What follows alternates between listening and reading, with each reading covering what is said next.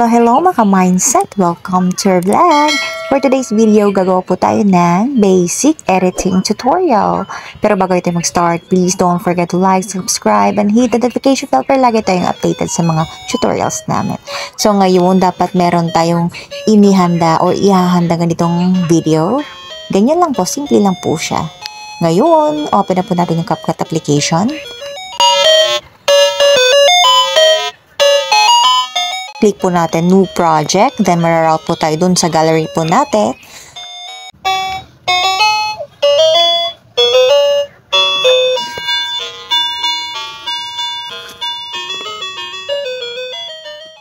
Select po natin yung effects na gagamitin po natin, then click Add, yung nasa bandang baba. Ayan po siya.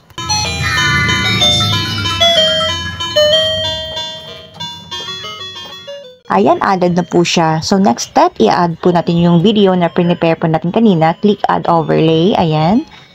Then, mararoute po tayo dun sa my gallery po natin. Hanapin po natin yung video na ginawa po natin. Then, click Add yung nasa bandang baba.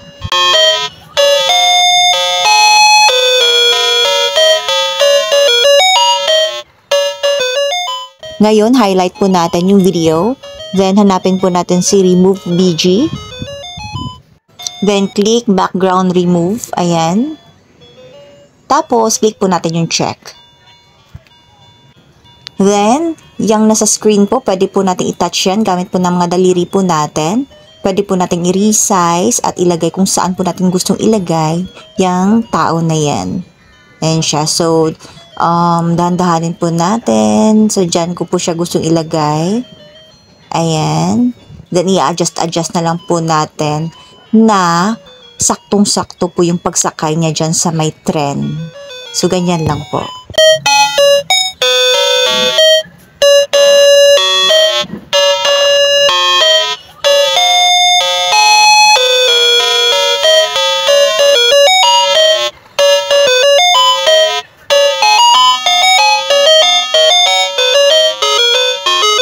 Kung mapapansin nyo po, makbang na po yung tao bago pa po nilapag yung hagdan ng trend. So, kailangan po nating mag-adjust or i-adjust po yung video ng tao. So, paano po gawin yun? Diyan pong straight line na yan, doon po natin ilalagay sa part kung saan nakatayo pa po yung tao. Bale, mag-freeze po tayo ng konti. Ayan. Then, sa kabilang part naman, yan, para medyo habaan po natin yung time ng pagtayo niya dyan. Yan, hanapin po natin si freeze na sa bandang baba. Ayan po siya. Ayan.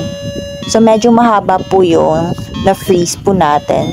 So, ngayon, mag-cut po tayo ng konti. So, yan pong naka-highlight na yan. Yan po yung freeze po natin kanina. So, magka-cut po tayo ng konti. Yung straight line na yan, doon po natin ilalagay. Then, click split, then delete. Ayan po siya. So, nabawas na po siya. Then, i-drag na lang po natin yung sa dulo para maging close po sila or maging isang video na ulit. Ayan po siya. Then, check po natin ulit kung saktong-sakto na ba yung paghakbang niya pasok sa trend at paglapag po ng hagdan ng trend.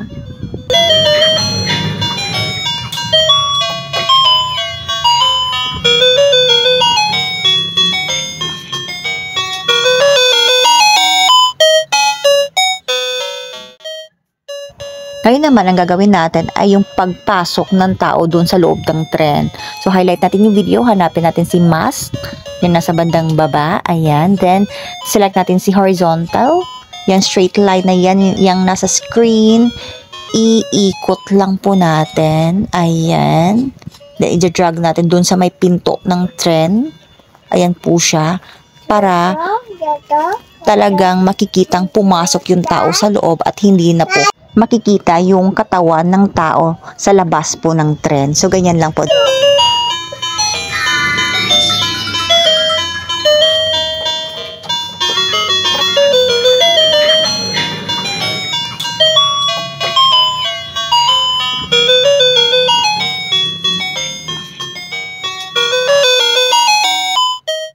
Ngayon, hanapin po natin si text nasa bandang baba. Then, click stickers. At isa-search po natin si cat.